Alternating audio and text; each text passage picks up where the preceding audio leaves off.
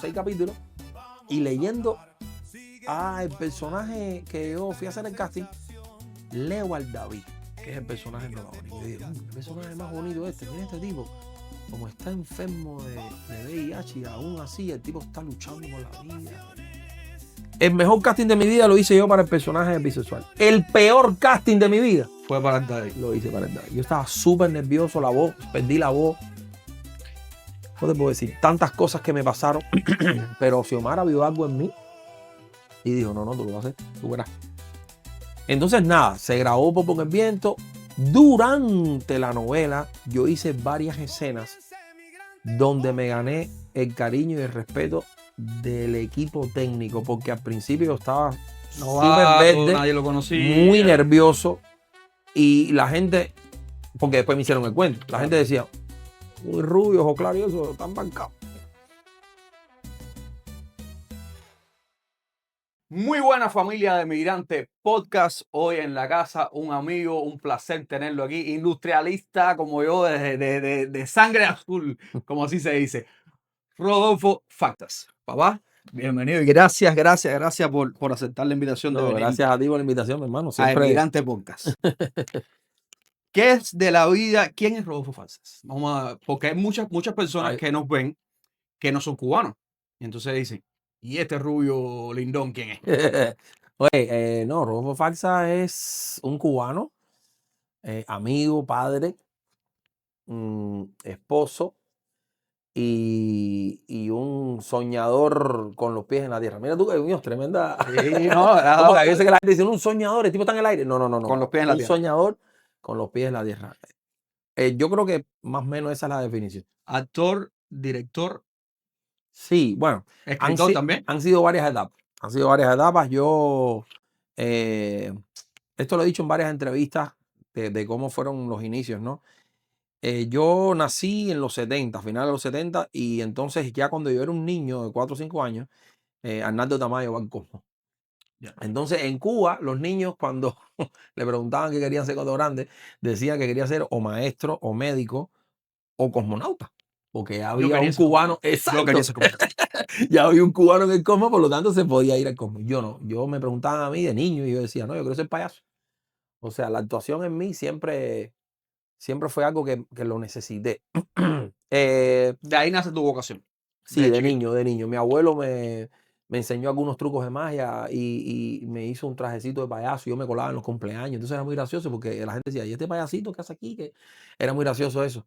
En la escuela primaria, que regularmente cuando tocaba una actividad, las maestras lo que hacían era que era un coro. Vamos a hacer un coro. Yo no, yo quería hacer un sketch.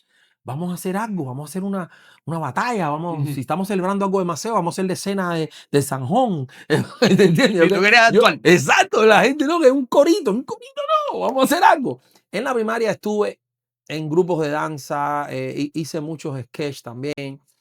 ¿Teatro hiciste? En la primaria no, fue más, porque no teníamos alguien que nos guiara en ese entorno, ¿no? Sí tuvimos una profesora de danza que vino y hizo un grupo de danza campesina, del cual me siento muy orgulloso, porque fue la única vez que mi abuelita me vio en un escenario, en una competencia que hubo de grupos de danza, y mi abuelita pudo verme. Me encanta ese momento de mi vida, porque mi abuelita era una persona a la cual yo quería mucho, a mi abuelita materna. Y no sé si tú te acuerdas de Que Siempre Brilla el Sol, que fue el antítesis de Cantándole al Sol. En Que Siempre Brilla el Sol hubo un gordito que cantó La Cardosa. Ese gordito búsquenlo por ahí. Por ahí tiene que estar. Yo he intentado buscar ese video y no está en YouTube. Ojalá si alguien por favor lo tiene, comuníquese con Emigrante Podcast y se lo mandan a él para que Ronald me lo vaya a lo M. En la secundaria, ya como vi que no había alguien que se hiciera cargo, ya yo empecé a escribir mis primeros guiones. Lo que hacía era sketch basado en las novelas que se estaban rodando en ese momento, pero con personajes de la escuela. Entonces era muy cómico, porque, por ejemplo, yo recuerdo un sketch que hicimos sobre el señorito Marta y Cuando aquello era, creo que se llamaba El Rey del Ganado o algo así. Sí, bueno, que estaba no Correa y Exacto, eso. no Yo estaba corre. chiquitico, pero me acuerdo. Exacto. Y entonces, el señorito Marta era el director de la escuela. Ok.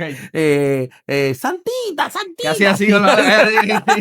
Esa era una profesora de geografía que habían rumores de que estaba con el director de la escuela. Entonces, nosotros hicimos, uníamos todo eso y yo lo escribía y tuve un grupo de muchachitos que me seguía y ensayábamos. Y yo veía como que eso era lo que me hacía sentir bien. Totalmente empírico. Totalmente empírico. En el pre, igual, la misma historia. Hice un grupo de humor donde íbamos por todas las escuelas haciendo humor también. Así. Hubo un pequeño desvío. Mi papá era abogado, mi papá estaba estudiando Derecho, mi hermana es abogada, de hecho. Y hubo un pequeño desvío ahí en la carrera. Mi papá quiso que yo estudiara Derecho, pero ya el segundo año me di cuenta de que no. Tú sabes esa pregunta te iba a hacer porque lo escuché que había estudiado. Mi tía fue profesora de Derecho en la Facultad de La Habana muchos años. Es posible que nos hayamos topado. A mi hermana sí Te- la conoce porque seguro. Teresa Delgado. Sí, me suena su nombre. Ahora mismo ha pasado mucho tiempo, pero me suena su nombre. Aloypa, mi hermana sí la debe conocer porque mi hermana sí hizo incluso una maestría. Esa sí, O sea, mi hermana sí la debe conocer. Incluso fue profesora de Derecho Romano después que se graduó. Entonces, cogí ese rumbo, y de momento me vi yo terminando el 12 grado, trabajando en turismo, pero eso me dio algunas vivencias, ¿no? Ujú. Porque conocí cuando Sí, trabajé. viviste el mundo de la universidad, que es muy Exacto, rico. exactamente. Y no, y cuando trabajé en turismo conocí muchos tipos de personas. Porque cuando la gente hace dinero, yo tengo una ley que por ahí está, que dice que el dinero no te cambia, sino te magnifica tu verdadero ser. Ya. Entonces conocí a muchos tipos de personas, Es que como los borrachos. es correcto. Entonces conocí a muchos tipos de personas y eso me dio bagaje. Bagaje para cuando tuve la oportunidad. Yo estaba un día, yo estaba trabajando con el vicepresidente de la Hyundai, yo era el asistente de él. Y un día estaba yo viendo la televisión y de momento sale un vecino mío en la televisión. Y yo dije, pero, ¿y esto qué Y hace este ahí? que hace. ¿Qué hace ahí ese tipo? Si ese tipo nunca era de cogedor de ola de Cojima. ¿Qué hace ese tipo? Y lo llamo y me dice, no, hay un curso taller de Raúl Egure, donde yo fui ahí, el tipo después me mandó para allá. Y ese fue el comienzo de la historia. Yo estuve con Raúl Egure como un año y pico. Y de ahí el viejo, que tenía muchos alumnos, pero a los que él veía que eran disciplinados y puestos de verdad para la cosa, él mismo los mandaba por un lugar. A mí me mandó para la escuela de cine y ahí el teléfono mío se fue regando y fui haciendo cositas, hasta que llegó, bueno, la novela, Pero que es lo sí, que muchas personas, la mayoría de los cubanos te recuerdan Ujú. por Buen Viento. Es correcto, hasta que llegó Bombón el Tu Viento, personaje, por así decirse, estrella. es correcto. Pero antes, disculpa que te interrumpa, Ujú. antes de Popo en Viento, tú habías firmado ya Kangamba. Sí, y casualmente las dos fueron por error. Mira esto como es la historia. Yo llego a Gamba porque uno de los actores que estaba interpretando el personaje que llevaba tuvo un problema personal y no pudo continuar la película. Y entonces las filmaciones eran en Camagüey. Y entonces decirle a un actor de La Habana, hace falta que vayas para Camagüey, la gente le cogía pánico a Y aquello. una producción nacional. Exacto. No, no, era una producción nacional, pero de las FARC. O sea, la producción era bien pagada. Pero era en Camagüey. O sea, Ok. había que moverse para allá, estar 15 días en Camagüey, después era como una beca. Te daban 2 días para ir para La Habana y después para allá. Entonces, si tú tenías familia, era complicado. Yo no. Yo en ese momento no tenía ni perrito ni gatico y estaba ávido de. Ansioso de Exactamente. Y trabajo. cuando me dijeron para Camagüey, le dije, para Camagüey, no, para la China. Tú me dices y yo voy. Camagüey fue mi primera experiencia bonita. Éramos 30 y pico de actores y ahí conocí muchos actores que hoy son mis amigos. Los conocí ahí. Rogelio París, que en paz descanse, me dio la oportunidad, me habló del personaje. Yo creo que lo defendí para mi experiencia, mi corta experiencia en la actuación, en cine. Me sentí súper cómodo porque era un personaje que era muy humano, era un personaje que es como yo, Era el apuntador. que era el apuntador, que era un batallador, tú sabes, era un tipo que no se daba por vencido. Entonces, eso tiene que ver conmigo. Y una cosa llevó a la otra. La hija de Rogelio París era la asistente de producción, era la productora de Pop Bon Invierno. Ok. Entonces, cuando me vio, le dijo a la directora, mira, para el personaje tal de la novela puede ser fulano que es una cara fresca, no sé qué. A mí me invitan a hacer casting en la novela Por Buen el Viento para un personaje que no era el protagónico. ¿O no? No, era un bisexual que era el primer marido de Keila, la protagonista. y nadie tampoco quería hacer ese personaje, porque era un bisexual, no sé qué. Y cuando a mí me dicen eso, yo dije, no, no, no, soy yo. El personaje tenía 6 capítulos y yo me preparé. Yo vine a La Habana, me dieron los guiones, me fui para Camagüey y grabando la Cangamba, me preparé para el personaje. Y yo hice el mejor casting que yo he hecho en mi vida entera. Fue para Y eso. mira que yo he hecho casting. Yo he hecho, bueno, de hecho, he hecho más casting que cosas que he Claro. grabado. Ujú. Y ese fue el mejor casting que he hecho en mi vida. O sea, me salió perfecto. Que todo el mundo se quedó así y dijo, pero este muchacho, ¿dónde salió? Me dan el personaje. Y yo viro para Camagüey, oiga, me dieron el personaje, no sé qué. Y era una cosita chiquitica. Eran 6 capítulos. 6 capítulos. Y lo que me dan son 6 capítulos. Leyendo el personaje, a mí me dan los 6 guiones de esos 6 capítulos. Y leyendo el personaje que yo fui a hacer el casting, leo al David, que es el personaje protagónico. Y digo, coño, qué personaje más bonito este. Mira este tipo, como está enfermo de VIH y aún así el tipo está luchando por la vida y luchando por ser una persona integrada a la sociedad. Y me enamoro del David. Me empiezo a pensar en el David. ¿Quién hará el David? ¿Quién hará el David? Resulta que el David lo iba a hacer Yamil Jalé, que en paz descanse también. Yamil decide venir a Miami y deja el personaje vacío. Y yo hago tal casting que dejé deslumbrado todo, que Xiomara Blanco, que es la directora, me vuelve a llamar y me dice, oye, me hace falta que venga. Yo en ese momento, bueno, Xiomara lo sabe porque yo se lo he dicho 1000 veces. Pensé que dije, no, compadre, ahora me están llamando para quitarme el personaje. Seguro que Con lo que yo he estudiado. seguro que el hijo de alguien se le encarnó a esto, alguien que está el marido de alguien se le encarnó al personaje. Llego yo ahí con tremenda mala cara, me recibe el asistente Becky, un besito Becky, si lo ves este podcast.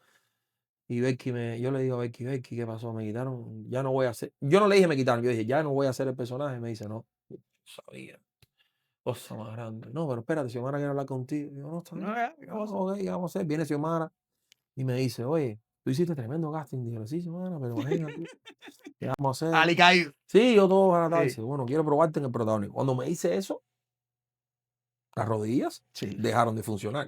Tiqui, tiqui, tiqui, tiqui. ¿Cómo? Sí, sí, sí, quiero probarte, no sé. El mejor casting de mi vida lo hice yo para el personaje bisexual. El peor casting de mi vida Fue para el David. lo hice para el David. Yo estaba súper nervioso, la voz, perdí la voz. No te puedo decir tantas cosas que me pasaron, pero Xiomara vio algo en mí y dijo, no, no, tú lo vas a hacer, tú verás. Entonces, nada, se grabó Popo en el Viento.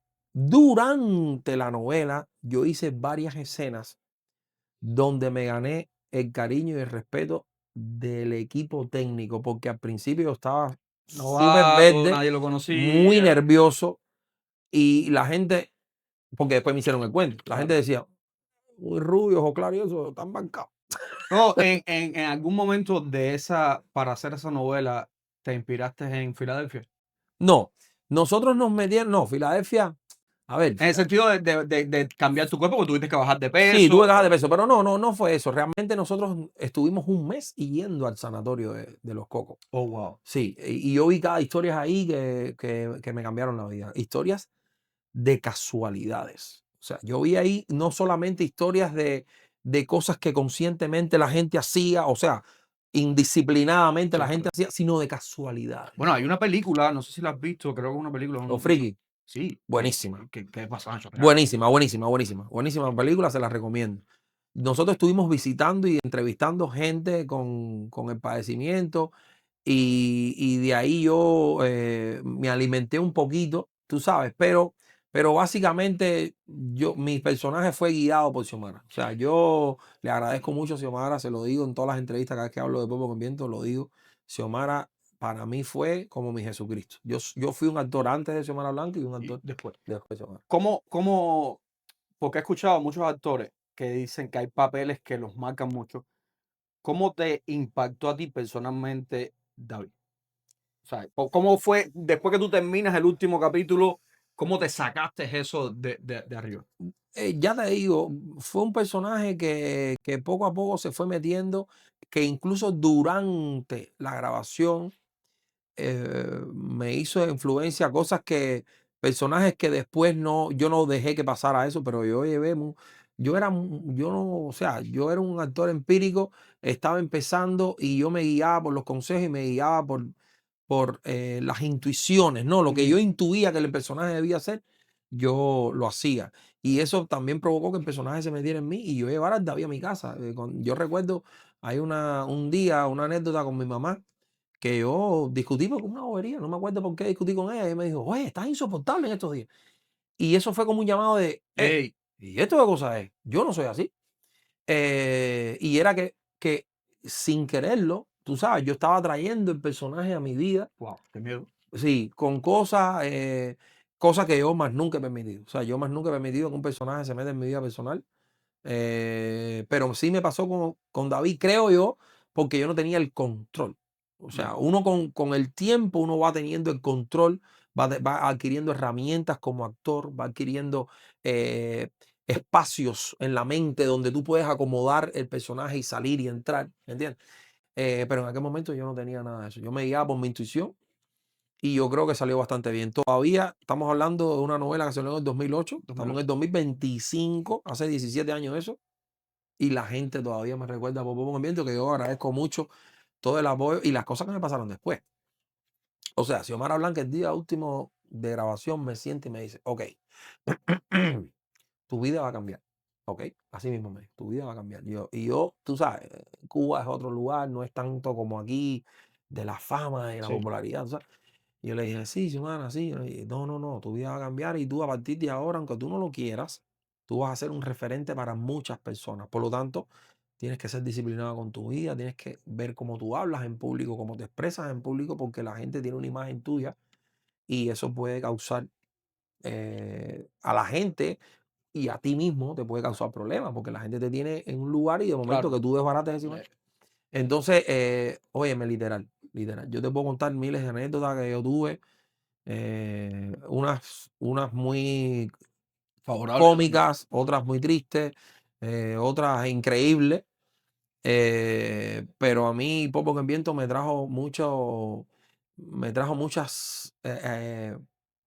yo creo que casi todas, muchas alegrías, mucha satisfacción, ¿no? Que a la gente le gustara el personaje y que la gente lo recibiera con tanto cariño. Fue un personaje también que era necesario porque en ese momento en el sanatorio estaban liberando a muchas personas que ya psicológicamente estaban preparados, pero que todavía padecían el VIH y entonces estaban tratando de insertarse. En la sociedad. Esa gente estaban siendo discriminada por su propia familia, por sus amigos. Y esta novela hizo como que un abrir de ojos a toda esa Es que gente. desgraciadamente no había conocimiento en la población. O sea, que desgraciadamente la sociedad nuestra es un poco complicada. Es correcto. Y entonces tú conocías a alguien que padecía de esa enfermedad y, oye, no tomes agua ahí, que fulano tomó ahí, o decía, oye, no le des un beso, fulano, no saluda a fulano, pues diarrea. Y, ¿sabes? Aún pasa eso, ¿eh? Aún pasa eso porque hay mucha gente que no tiene el conocimiento y tú le hablas de una enfermedad que es mortal y la gente Pero es que la diabetes es mortal también. imagina, no, la diabetes y el asma y lo que sea. El cáncer. Y hay gente que no toca a gente con cáncer y el cáncer no es ni se pega. Ajá. Y la Es gente solo, no, correcto. espérate, el tipo tiene cáncer ni te acerque. ¿Entiendes? Entonces, muchas personas se me acercaron a mí desde ese punto de vista. Mucha gente me agradecía en la calle. Oye, mi hermano, gracias. Mi familia a partir de esta novela me está cogiendo más cariño, me acepta. Mucha gente se me acercaba y me decían que le decían poco de viento en el trabajo, porque, o en la calle, o los amigos, porque eran tipos No, y fue una novela también que marcó. sí, porque tenían VIH y la gente lo empezó a aceptar y lo empezó, tú sabes, a mirarlo de otra manera. Yo le agradezco mucho, de verdad, a Xiomara por la oportunidad y al pueblo por haberme acogido con ese personaje. Después de Popo en el Viento sale Cuerno de la Abundancia.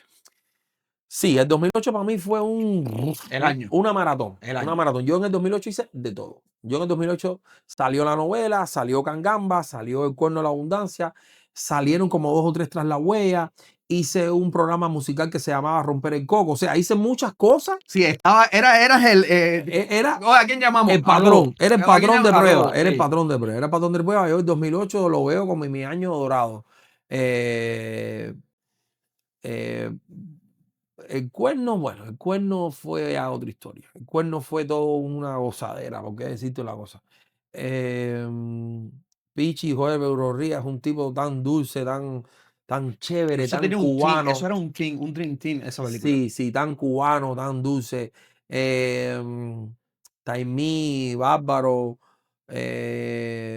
Laurita, o sea, era un team, Patricio Wood, Héctor Quintero. Es que para donde quiera que me viro son monstruos. Más Franco, Majá, que en paz descanse, Alexi, no sé, tanta gente y todo el mundo tenía la misma sintonía. Todo el mundo iba a divertirse en el set. Entonces era tan mi tibarra que todavía me escribe y me dice, hijo mío, que es la que hace de mi No, le mamá. andaba con el sombrero, Sí, el vaquero, Guillermo, coro. Guillermo. Guillermo, yo tuve que subir para ese personaje. O sea, mira tú qué mecánica esta. Yo tuve que bajar para el David, que ya yo estaba un poco más, yo estaba delgado, porque yo no soy un tipo delgado, yo soy un tipo robusto, vamos a decir la palabra. Y yo tuve que bajar para Cangamba, porque era la guerra, no sé qué, Claro, y tuve que bajar aún más para todavía David. para David. Y entonces después viene el Cuerno de la Abundancia y me dicen, oye, me hace falta que subas, porque tenía que haber un contraste entre Jorge Perú Berrillo debido a la escena de la pelea al final. Entonces, esa escena se fue preparando poco a poco en el público. El bailo, un día lo visita ya, Bernardito ya está con la mujer, y entonces el tipo cuando lo ve tenía que impresionarle que el tipo estaba fuerte, que no sé qué. Entonces tuve que subir de peso para ese personaje, que eso a la gente a veces no lo entiende. Pero se acaba con No lo entiende porque te daban un mes para subir, un mes para bajar, un mes para subir, un mes para bajar. O sea, es una locura que tú te sometes a entrenamientos y dietas y, no sé, y en Cuba. en Cuba. Que aquí tú dices, oye, me hace falta que sea, y vas a un dietista y el tipo te dice, compra esto, esto, esto, y tú hay de todo. Pero en Cuba era a base de pepinito y no sé qué, y después para subir era, tú sabes, de todo. De todo. Pan con croqueta, Agua pizza, con agua, lo azúcar, que sea, lo que por sea. tal de subir. Entonces, el Cuerno fue una fiesta. Para mí fue una fiesta.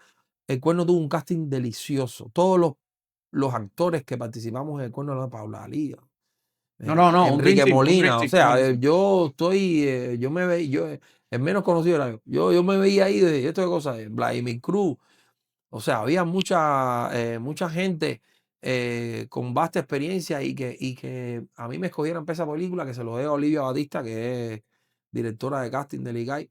Ella fue la que le aconsejó al director que me escogiera, Juan Carlos Tavío.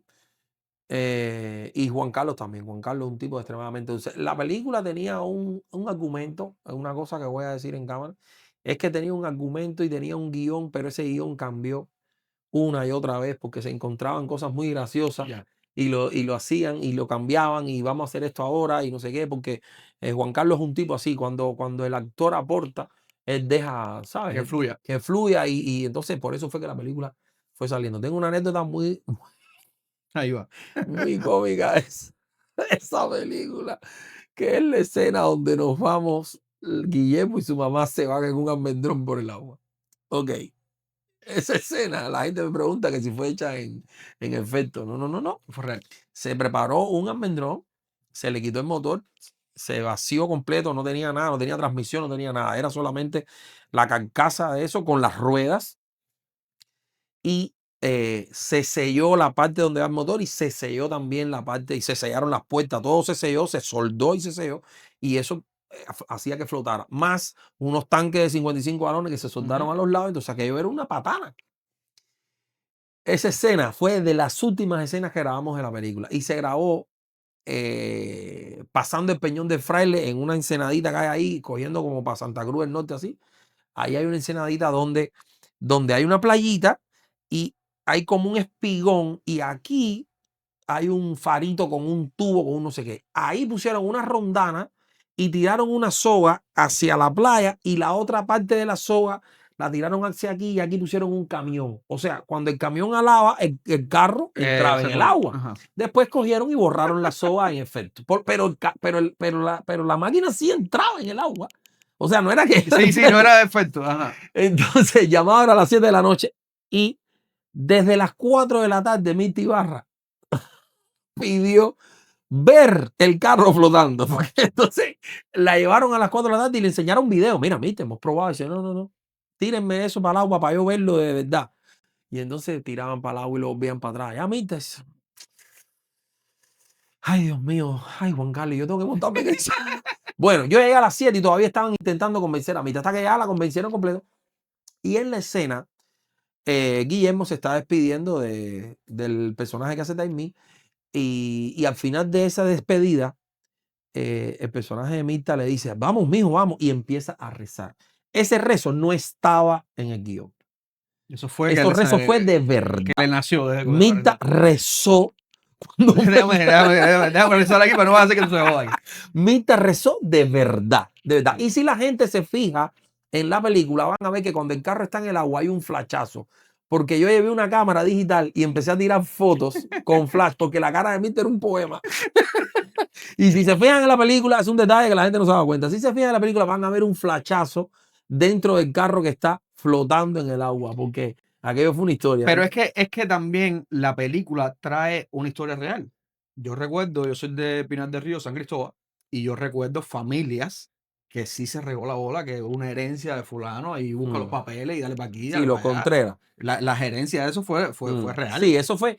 Bueno, a ver, Juan Carlos dice que no se basó en eso, pero realmente yo creo que sí, yo creo en lo personal de que sí fue basada en la familia Manso Contreras, que eran Los Contreras. la gente que supuestamente tenían esa herencia, que al final fue una gran estafa, pero fue una cosa comiquísima, porque citaron a toda la gente, el Carlos Más prestado y todo eso, aquello fue una historia. Es que son las cosas de Cuba. Es correcto. Pero cuando el Estado cubano se metió por el medio y vieron que había que dejar no sé qué dinero y no sé qué cosa, Ya. entonces ya la cosa Para. paró ahí mismo. Paró ahí mismo. Pero la película realmente fue una gran fiesta, la gente la aceptó. Bueno, es una película para reír. Sí, sí, No sí. es una película que si tú piensas que No, es un pero tiene argumento. sentimiento también, tiene Sí, sus sí, sí, claro, claro, por partes, tú supuesto. sabes, y uno cuando está afuera que la ve, le da como su cosita. Yo desgraciadamente la vi de fuera porque, ya te digo, Pinar del Río, San Cristóbal, eso no se veía en cine. O sea, no había cine. Toda la cinemateca cubana que yo he visto, la mayoría la he visto aquí. Era muy difícil verla en Cuba. La pasión por el béisbol, la pasión por los industriales. Ok. Cuéntame. Mi papá siempre tuvo mucho amor por el béisbol, jugó pelota en su adolescencia, fue catcher del equipo de San Miguel del Padrón y en San Miguel vivía en Jabado Puente. Entonces ellos jugaban pelota mucho, no sé qué, e incluso mi papá, si no llega a ser por una lesión que tiene en la rodilla, hizo preselección metropolitana un tiempo también, pero se lesionó en la rodilla y no pudo seguir el béisbol. De ahí viene mi pasión por el béisbol. Mi papá me inculcó la pasión por el béisbol. De niño íbamos a estadios a ver peloteros y como él conocía peloteros, entonces ahí fue que empezó ese amor. Cuando yo tuve control de mi vida, o sea, cuando yo ya tenía 20 y pico años que tuve control de mi vida, empecé a visitar el estadio, el Latino. Ujú. Y cuando me hago actor, entonces tengo acceso a los Ya. peloteros. Una vez que me hago actor, ya yo era una figura reconocida, ellos me reconocían a mí, yo me reconocía a ellos, y a partir de ahí el matrimonio se hizo. Ya. Yo iba al estadio y yo bajaba para el dogado y me metía en el banco y yo tenía acceso a la industria y ahí ellos me regalaron una camisa que decía mi nombre y, ¿me entiendes? Y llegó un momento en que yo me iba en la guagua para provincia con ellos. Tú sabes que yo tengo una camisa, lo que no sé si la tengo aquí o la tengo en Arizona, que la traje de Cuba, de Rudy Reyes. De Ruiz Reyes, azul. Sí, azul, azul, azul. Azul. Yo la tengo, te estoy hablando de años. Y me pasó una anécdota que un día yo, al ser de Pinar del Río, hay un juego industrial Pinar del Río en el Capitán San Luis. Okay. Y yo me voy para allá, me siento arriba del Banco Primera, que era el Banco de los Industriales, y se forma un problemita ahí que el público le tira una botella a Rudy, no sé qué. Y Rudy se vira y le dice a la policía, mira, es ese. Y se lo lleva al tipo. Y dice uno de los que estaba atrás, mira, este es amiguito de Chivatón. Muchacho. Ay, mi Para no madre. hacerte el cuento más largo, Ay, mi madre. tuve que hablar no se me olvidó nunca, con Yacer Gómez. Yacer, ¿tú crees que yo me puedo ir con ustedes? Porque esta gente me va a matar aquí. Y bueno, y bajé con ellos, me fui con en la guagua con ellos hasta los dos Pinas del Río y tremenda sabrosura. Pero sí, Ah, sí, sí. yo con los industriales viví varias cosas. Entre las que viví, por ejemplo, el campeonato que se ganó en Santiago de Cuba, que aquello fue una locura, porque éramos una islita azul en un mar rojo. Aquello, el Guillermo se ponía caliente. Pero el que más viví yo, o sea, el de Guillermo estuvo bueno. Se ganó, si mal no recuerdo, se ganó un sexto juego. Pero el más duro fue el de Villa Clara. De Villa Clara. Fue el de 2008, que fue el último que ha ganado Industriales. Fue una locura. Ya te digo, fue mi año. Entonces, fue una locura porque Villa Clara, ese sexto juego, fue ese jonrón de Andy Ganto, que fue una locura. Decía, ay, mi madre, esta Para mí, cosa. una de las series de lo que fueron aquellos 2 años que estaba ¿cómo se llama? Anglada. Anglada, que fue 2002, 2003 creo, si mal no Mm, recuerdo. Que estaba Kendrick, que mm, estaba todo, ¿sabes? Ese equipazo. 2002, 2002, Ellos ganaron. que no, en el 2003. En el 2002 fue el famoso documental de Ian De Padrón. Ian Padrón, eh, soñar en no, azul. Soñar al Azul es la canción de eso. Fuera de Liga se llama el Fuera de liga, documental. fuera de liga. Que ese documental está bueno porque Ian pudo venir aquí a Estados Unidos, entrevistar a Rocha, entrevistar al Duque. Entonces fue refrescante para los seguidores industriales ese documental. Pero eso se grabó en 2002, que fue cuando el famoso error de Enriquito, que se le cayó aquella ola en segunda, que fue una historia, que fue cuando perdieron el campeonato y Industrial le gana en el 2003 con Anglada también. Con la- Con Anglada también. Yo soy azul, yo no lo puedo evitar. La gente, mucha gente, y además un tema que yo me pongo arisco. A mí tú me hablas de pelota y dices, espérate, ¿de qué tú me estás hablando? Y no se me olvida nunca. Hay una anécdota buenísima. Yo soy amigo de CPA. A ver. Y y un día vamos a casa de CPA, estábamos Mayeta, yo creo que estaba Rudy también, ¿quién más estaba ese día? Estaba Yuli, pero había alguien más de industriales, no me acuerdo ahora. Bueno, y un vecino, el vecino de Mayeta, de Cepeda, ofensas de espíritu, el vecino de Cepeda, me viene a discutir a mí que si Santiago, que si no sé qué. Y yo le dije, mi hermano, desde el 63 estamos ganando nosotros campeonatos. Pero además le dije, desde el 63, el tipo no lo dejaba hablar. El tipo, no, pero desde el 63. Sí, porque las discusiones de Y béisbol. cada vez que esta gente me ven, que me ve Mayeta, que me ve Rudy, me dicen eso, oye, desde el El 63. 63. Tengo un amigo, que es mi hermano, que me dijo, yo le comenté que tú venías porque me dijo, pregúntale por el bateo que tuvo él con el Cambao. Una entrevista que tú le estabas haciendo ¿cómo se llama este? Eso fue en su incompleto. El Soy Completo, sí. Sí, realmente no fue nada del Fue otro mundo. No fue una... nada del otro mundo. Cada quien tiene su opinión, tú Ujú. sabes. Para mí el Gambao fue uno de los shortstop que tuvo cubano en Grandes Ligas. Yo creo que puso números, que puso su nombre, tú sabes, entre los cubanos que seguimos la pelota, que puso su nombre, pero por encima de él hay Sí. otros mejores. Es mi opinión Ujú. personal. Y ese día que lo entrevistamos, nosotros teníamos, que lo recuerdo con mucho cariño, pero después se desvió un poco la esencia del programa y entonces como ya no tenía que ver con mis intereses, yo quería hablar de pelota, yo quería hablar de otra cosa, ya eso se deformó un poco ahí, ¿no? Pero fue una etapa bonita, su incompleto fue una etapa bonita porque tuvimos acceso a muchas figuras del deporte que están aquí en Grandes Ligas o estuvieron en Grandes Ligas y que nunca habían sido entrevistados, yo creo que por la barrera del idioma, Ya. ¿no? Que ellos vienen a jugar pelota y muchos se integran, pero otros no. Ujú. Otros no aprenden inglés, entonces no los entrevistan porque no saben hablar inglés en un país de habla inglés. Y por primera vez hablaban. Y entonces fue muy interesante porque tenían muchas anécdotas que contar. Son personas, los peloteros, igual que los actores, son personas que se mueven mucho de lugares y conocen a mucha gente. Entonces, eso le da un bagaje de anécdotas muy curiosas y casi siempre es con cariño, porque la gente los quiere mucho. Y entonces con el Gambado lo que pasó fue eso. Él tenía una opinión, yo tenía otra. Y lo bueno que sucedió en el programa fue ese tipo de cosas, ¿no?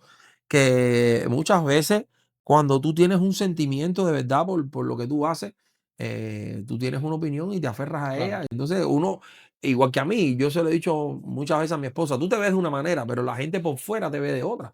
Ujú. Me pasa a mí todo el tiempo. La gente por fuera a mí me ve de una manera y yo a lo mejor yo me veo de otra que no tiene nada que ver con eso.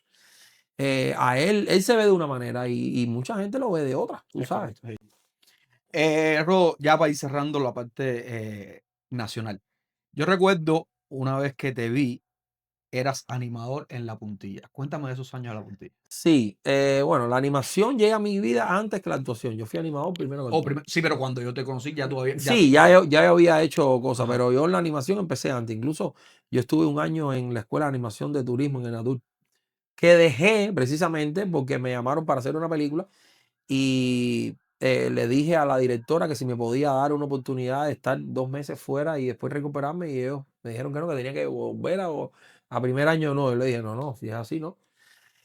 Pero yo tuve la suerte de ser animador, que me encanta la animación, me encanta la presentación, me La encanta. animación, disculpa, con el respeto que merecen todos los animadores, son los jineteros autorizados. Sí, sí, en Cuba. Sí, sí. En Cuba son los jinetes Sí, autorizados, sí sí, sí, mismo. sí, no falla. Yo conocí Entonces, muchos y sí, sí, sí, sí. sí. Entonces, me encanta la animación y la presentación, me encanta porque te da una oportunidad de interactuar en vivo con el público, y es algo bien chévere cuando tú logras el control de eso, ¿no? Te da también mucha cultura porque mucha gente viene y se acercan de diferentes países. Yo animé, imagínate, en muchos lugares. Yo animé en el Guanimas de Guanabo, en el Cabaret Nacional de Prado, en Escaleras al Cielo, ahí en La Habana Vieja. Animé en el Imágenes, animé en La Puntilla, animé en Tercer y 28, animé en el Turf. Animé en el 3D de Robertico, Ahora en no te el digas. Corner Café de Paulo FG, coño, en paz descanse también. Animé en el Hotel Coiba, animé No, no, la hora. en el Club Habana, animé, y mi última incursión en la animación fue en el Salón Rojo del Capri. O sea, yo animé en todos los lugares, en todos los aspectos, animé en los carnavales. O sea, la animación para mí es súper buena. Y yo le tengo mucho cariño a La Puntilla. La Puntilla para mí, yo creo que fue uno de los mejores lugares donde yo animé. ¿Por qué? Porque quedaba en un lugar que a la hora que se hacían las actividades no había nadie. Quedaba en el penthouse de la Puntilla. Al medio allá y no había problema Ahí ninguno. tú podías poner música a la hora que sea, que muchas veces, por ejemplo, en el Imágenes, los vecinos se quedaban de la música. Oye, la música alta. Entonces, ya a partir de la 1 había que bajar la música y quedaba una cosa así. En el Club Habana, como estaba en la playa, cuando la música salía, perturbaba a gente por allá. Entonces la gente llamaba, oye, pero en la Puntilla no era así. La Puntilla quedaba en el penthouse de ese complejo de tiendas que se llamaba La Puntilla. Y el público que iba ahí era un público súper sabroso. Yo recuerdo. Era un público compartidor y un público súper chévere. El único problema de La Puntilla, creo que te lo La dije, escalera. era la La escalera. escalera más. Yo te lo dije el otro día. Había dos escaleras peligrosas en Cuba. Una era la puntilla y la otra era tercero y 8. Óigame, esa escalera de La Puntilla. Ay, Dios Por mío. ahí rodó. Porque era un elevador muy pequeñito. Entonces, para subir y bajar, cabían creo que 4 o 3 personas, ¿no?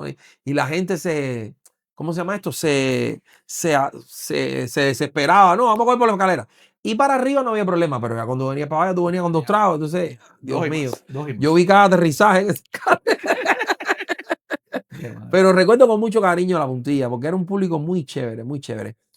Y te contaré que otro recuerdo que tengo a La Puntilla es que fue la primera vez que cantó en vivo Larisa Bagallao. Larisa trabajaba con una persona que era descubridora de talento Ujú. y tenía siempre 2 o 3 cantantes, iban por ahí, oye, mira, tengo 2 o 3 muchachos para que los pongan gratis, solamente para que la gente los conociera. Y se fue la primera vez que Larisa cantó en público. Larisa En la Bagallao, puntilla. que en La Puntilla, que yo cuando la vi, se lo dije, coño, ¿cómo se llamaba el muchacho ese? Una persona, un señor mayor, no era un muchacho. Y yo se lo dije, le dije, oye, Candela, porque ella fue cantando algo de Winnie Houston, algo de eso. Él es un Y talento. yo dije, oh, ¿y esto qué cosa? Y se lo dije. Y se lo dije a ella también, le dije, oye, Camila, fíjate que cada vez que Larisa me ve, me saluda con cariño eso, porque ella sabe que yo le avisoré lo que venía. Pero en aquellos tiempos tú eras un sex symbol en Cuba. Ay, María. Me disculpe la doña que está Como por ahí, la, pero como la gente me dice, tú eras un galán, ahora soy un galán. sí. Tú fuiste sex symbol en Cuba y me imagino que al ser Cuba como es, que tienes el feedback de las personas se le da muy fácil al cubano llegarte, porque está la situación del transporte, está la situación de que eres público, De eres, la o sea, bodega. eres palpable. Ajá. Dime una anécdota, una mala y una buena que te haya sucedido en ese sentido. Bueno, eh, te voy a decir una linda y una fea. Ujú. La linda que te voy a decir es una mujer que se me acercó a mí y me dijo que su hija de 7 años me había reconocido por la voz. Eso a mí nunca, bueno, de hecho fue la única vez que me ha pasado eso. Era una niñita de 7 8 años y ella se enamoró de David de Popo en el Viento. se enamoró de ese personaje. Y después del David de Popo en el viento, yo hice otra cosa, no recuerdo. Yo creo que fue en el 2009, yo hago un coronel de la seguridad del Estado, una cosa de esa para atrás la huella. Y yo cambié completamente la imagen. Me peleé bajito, me dejé un bigote. Y no me parecía en nada. David era con pelo rizo, Sí. rubio. Y esa niña de 8 años, cuando ve, dice la madre que ella estaba viendo el programa en la televisión y la niña corrió desde el cuarto y dijo, ay, ese es David. O sea, a ver, es una niña o no sé qué, pero esa onda de que la gente se queda contigo.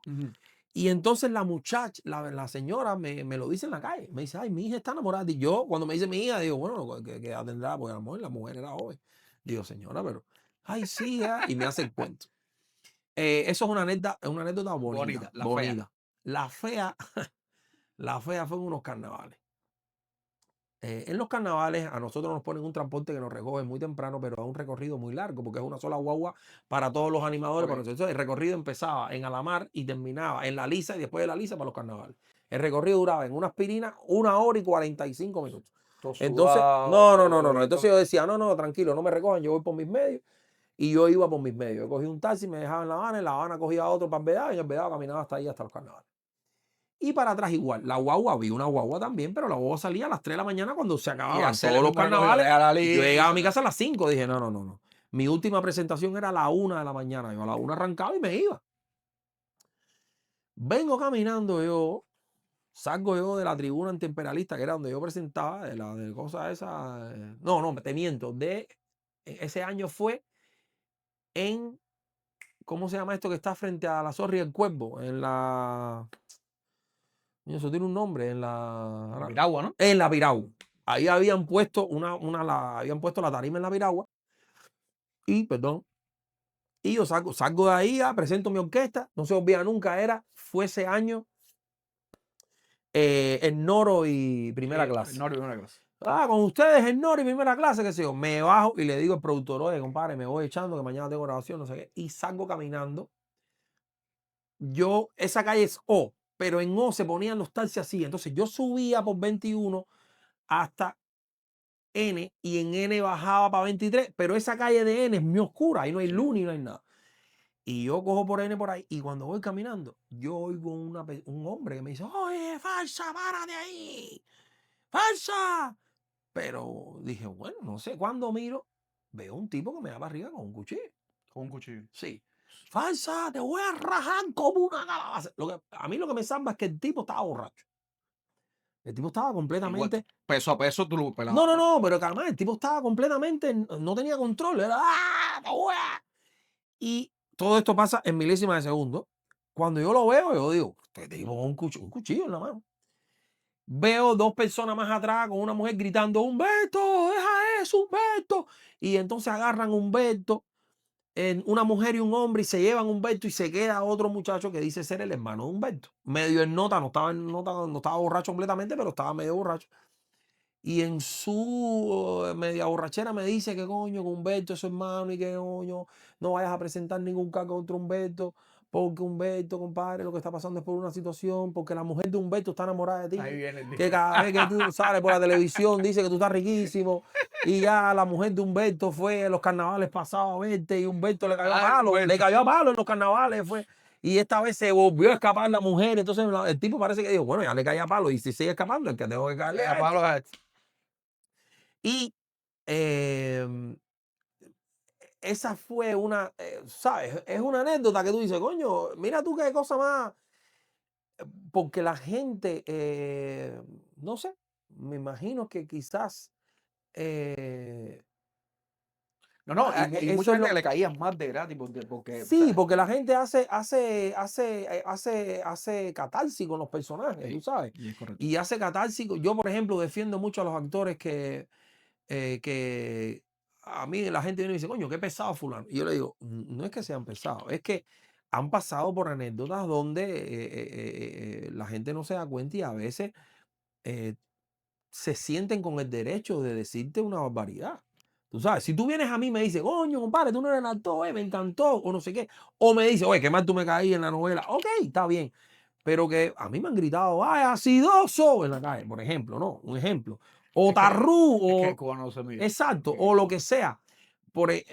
Han venido, a mí me han dicho, ese galletazo tan metido en el...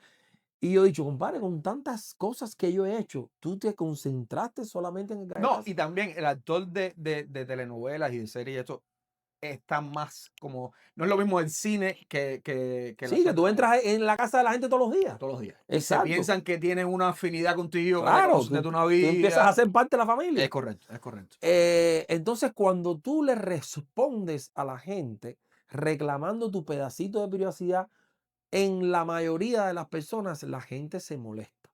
Y la gente no ve cuando ellos lo están molestando a uno. Es correcto. ¿Entiendes? Entonces, muchas veces vienen y me preguntan, oye, ¿qué pesado es Ronald? Digo, "No, pesado Ronald no. Ronald ha sufrido cosas por lo cual él ha tomado la medida de no dejar acercarse al público. No, es que el público también es Yo así. siempre me debo al público y yo siempre trato a las personas que me reconocen, los trato con una sonrisa, tú sabes, los trato con amor porque yo, gracias a ellos, me hice popular en Cuba y todo. O sea, mi trabajo influyó en eso, pero si ellos no me quieren y no me acogen, no pasa nada. Es Por correcto. muy bueno que yo considere que mi trabajo es bueno.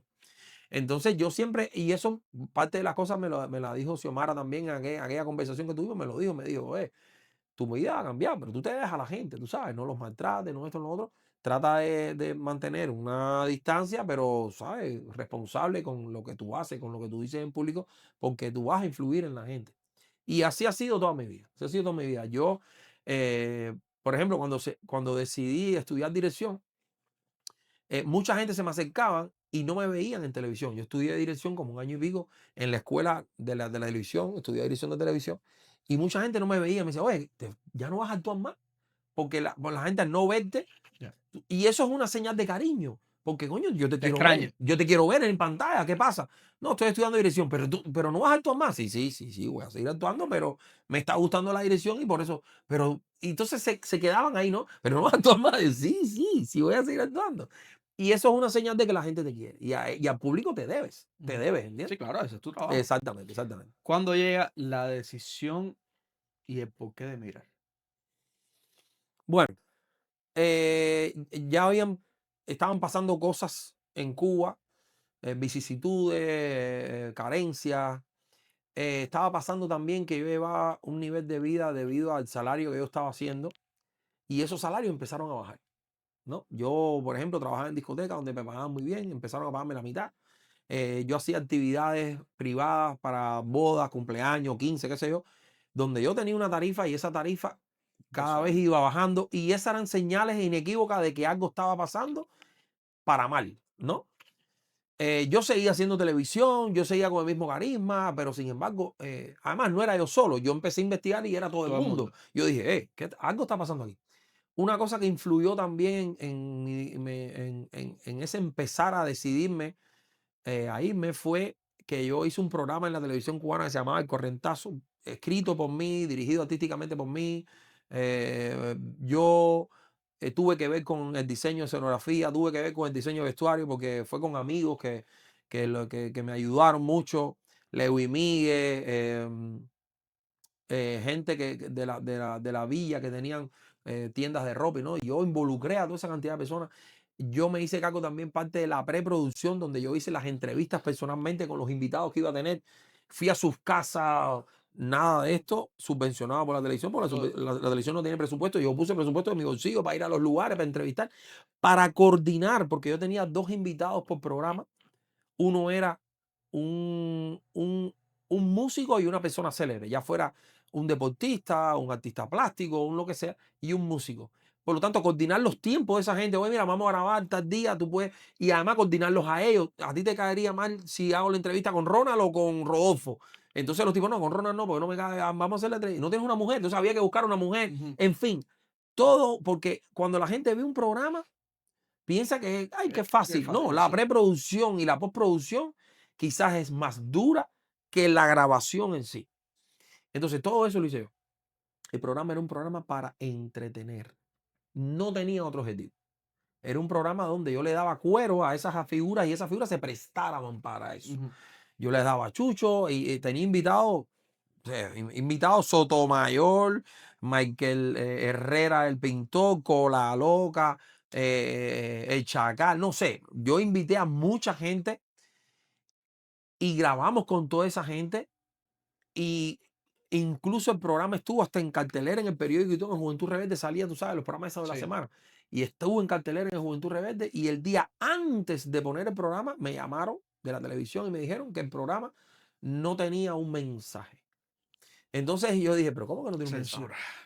No, sí, el programa no tiene ni pie ni cabeza, no tiene mensaje, pero es que el mensaje del programa es entretener, no tiene otro mensaje. No, no, pero tú sabes, la televisión, el espacio que me habían dado era el canal educativo 2, que en la parrilla del verano habían programas de ese tipo, Ujú. programas refrescantes, de humor, de esto que lo otro. Bueno, nada, no sé, a alguien no le gustó el programa, a alguien no, no sé. Las cosas de nuestro país. Y eso a mí me dolió lo que tú no te imaginas. Porque nosotros trabajamos con un asesor que su trabajo es asesorar lo que puede ser o no. Y después que ha dado tantos programas que tú estás viendo que a todos te los No, pero presento, además que viene y eso me dice pasa que un no. proceso, hay un guión que yo le entregaba, yo involucré a Tavares me hacía todo. Es que el programa era un fuero del carajo. En los empezares de todos los programas había una escena de Tavares que quería ver el programa y siempre pasaba algo. En el primer programa se va la luz, en el segundo programa lo mandan a buscar de Japón, en el tercer programa es vira de Japón y se mete el programa, en el cuarto programa él deja a Cepeda allá y Cepeda mete un jonrón y le rompe el televisor, o sea, siempre Siempre, involucrando, ajá, ajá. porque Tavares me había dicho que quería participar en algo de televisión, entonces yo lo involucré y Tavares fue tan chévere y grabamos en su casa, o sea, fue, ya te digo, todo un movimiento para que tú después de todo este esfuerzo de grabar, además se grababa los fines de semana, que era el espacio que había. No, no, Ujú. era todo un sacrificio.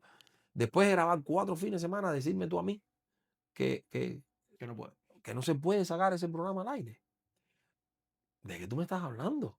Tú sabes, entonces yo me quedé un poco como dolido. Bueno, de hecho tomé la decisión de no hacer, yo cuando aquello estaba haciendo entre tú y yo, las sesiones en la calle, y yo dije, no voy a hacer más nada en televisión, más nada largo. Yo mismo me castigué, dije, no, no, no, yo no voy a hacer más nada en televisión. Cosas corticas, un tras la huella, un teleplay. Y entre tú y yo, que yo había creado una familiaridad con, con Sonia Castro, que es la directora, y con Irela. Y entonces, ¿sabes? Era mi familia. Pero ya, yo dije, no, no voy a hacer más nada de esto porque me sentía mal, tú sabes. Y lo que le puso la tapa al pomo fue un suceso personal que tuve yo en mi vida que me llevó a tomar la decisión Ya. de decir, no, no, me tengo que ir de aquí. Entre esto que está pasando y esto que me está pasando en lo personal, me voy. Y entonces yo había venido de visita, había explorado esto aquí. Ya yo había visto que iba a costar trabajo hacer televisión aquí. Miami se ha encarecido mucho, por eso es que han cerrado los estudios. Los Ujú. estudios aquí no existen, ya lo que quedan es hacer cositas de noticieros y cosas así, pero aquí ya no se hace novela, no se hace nada de eso se hace. Ya yo lo sabía, yo vine para acá en 2019, vine de visita primero, estuve 3 meses de visita y después regresé a Cuba para preparar ya la venida para acá completa. Pero ya yo desde ese momento sabía. De hecho, yo no vine para Miami directamente, yo fui para Michigan para una, un amigo mío que tiene allá una empresa de construcción y me dijo, para, yo tengo trabajo aquí, si quieres venir para acá. Y yo un poco me arrepiento de haber subido para arriba, quizás si me hubiera quedado en Miami y hubiera estado un poco más familiarizado, pero en aquel momento yo me sentía tan mal por lo que me había pasado personalmente y por las cosas que me habían pasado en la televisión, que yo, si me quedaba en Miami, pensé yo en aquel momento, ¿no? Si me quedaba en Miami, la gente me iba a seguir machacando con los, oye, ven acá, y tu familia, oye, ven acá, y la televisión, y yo me sentía mal con Decidiste todo cogerte eso. un break. Ya. Entonces dije, no, me voy para abajo una piedra, me fui para allá arriba me recuperé espiritualmente, allá arriba fue cuando hice swing completo, que me ayudó también un poco como a matar el enano ese de estar frente a cámara, de Ujú. entrevistar, de todo eso. Y poco a poco fui saliendo del hueco espiritual ese que donde yo estaba hasta que decidí bajar. Y cuando llegué aquí, a Miami de nuevo, di con varias personas que estaban haciendo cosas de actuación. Univista TV estaba haciendo Pateando la Lata. Pronit TV vino después. Son unos muchachos que están haciendo cosas súper interesantes, pero hay mucha inestabilidad. Entonces, eh, la mayoría de las personas, de los actores que están haciendo teatro o que están haciendo ese tipo de trabajo, están haciendo Uber para poder tener tiempo, porque lo que no se tiene aquí en Miami es tiempo. Aquí Es esto es una correcto, locura. es Aquí correcto. yo estoy anonadado con el set que tú has fabricado aquí, con unos recursos que tú dices, oye, con tan poco se puede hacer tanto, Gracias, tú Edgar. sabes, y te aplaudo el esfuerzo porque de verdad que esto que estás haciendo después de trabajar, después de no sé qué, dedicarle un tiempo a una entrevista o no sé qué, de verdad que es algo meritorio. Pero ya te digo, me ha pasado eso aquí en Miami que yo quisiera.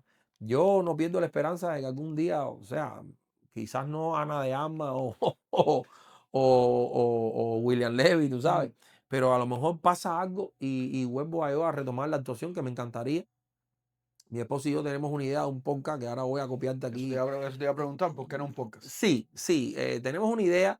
El problema de los podcasts es que ya hay tanto podcast que hay, pienso yo que hay muy poco de qué hablar. Entonces nosotros tenemos una idea ahí que la estamos cocinando hace mucho tiempo, que quizás cuando vaya a salir te doy la primicia aquí Ah, de una, de chiquitica, una, chiquitica. de una. Pero ahora mismo lo que estamos es cocinando esto, por ejemplo, que nosotros hemos pensado, yo tengo esto en mi casa, yo tengo esto mismo, tengo lucecitas y tengo trípodes para hacer esto, pero me cuesta un poco de trabajo sacarme el chip de la cabeza Televisión, el televisión. de que tiene que estar mejor y que tiene que hacer esto así, que tiene que hacer acá.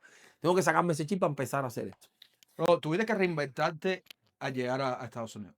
¿Qué hiciste que tú dices, "No, yo en mi vida había pensado hacer esto"? ¿Qué trabajo hiciste? Mira, cuando yo llegué aquí de visita, yo tengo unas primas que viven en Carolina del Norte, que para mí es uno de los lugares que si a mí me dicen que me van a poner, ¿dónde tú quieres que yo te ponga una casa?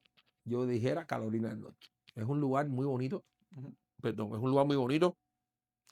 Es un lugar que el ambiente, la temperatura es súper chévere, donde ves todas las estaciones. El verano allá es de 26 grados, ¿sabes? 27. El invierno no es tan duro. Y están mis primas, están mi familia, mis primas y mis primos. Tengo primos y primas ahí. Y una de las cosas que me dijeron es, "Güey, mira, aquí hay trabajo, te puedes poner de delivery de muebles". Yo dije, delivery de muebles, estás loco. Y la vida es una cabrona, bro. Yo estuve haciendo delivery de muebles por casi un año después en Michigan.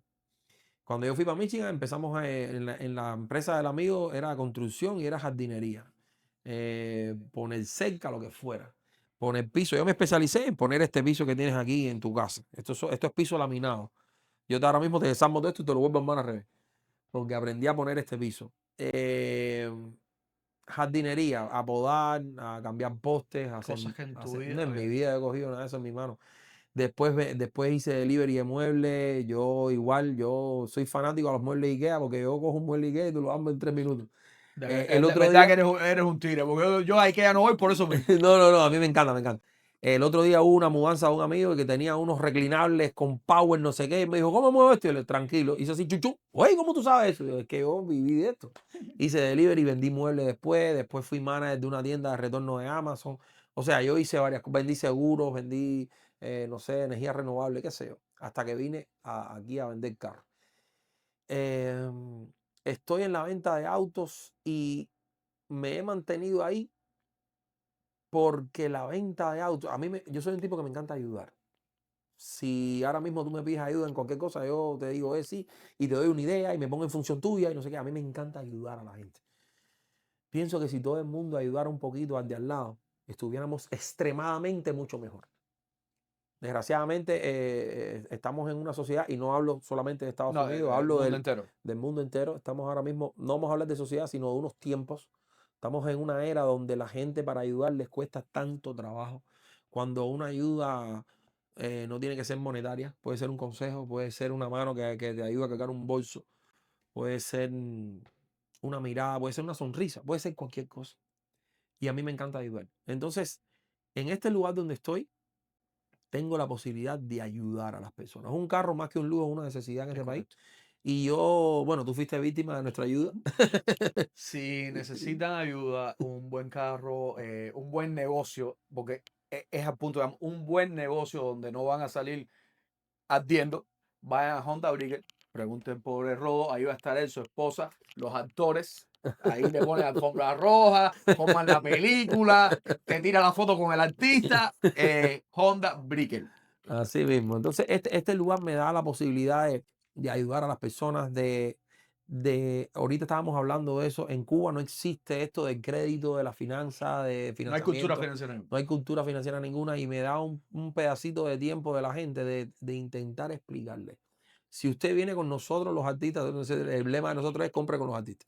Si usted viene con nosotros los artistas y no compra carros, se va a ir con el conocimiento de por qué hay que dar un down payment, de por qué hay que hacer unas tarjetas de crédito, de por qué hay que poner todo el dinerito en el banco para que tenga usted buen income para pedir un préstamo, de todos los por qué que hay a la hora de financiar un carro, usted se va a ir con toda esa explicación.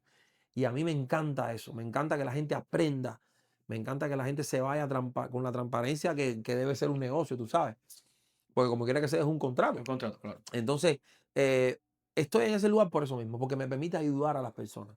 Y también me ha permitido fortalecer la relación con mi esposa. Mi esposa también es modelo, actriz, y yo le dije, ven a trabajar conmigo, y ella también se ha reinventado y ahora mismo es una de las mejores vendedoras que tenemos ahí. Y eso ha fortalecido los lazos, porque a veces la gente, yo con ella estoy experimentando una cosa que a mucha gente sería aburrido. ¿Y tú trabajas con tu mujer? No, pues deben aburrirse.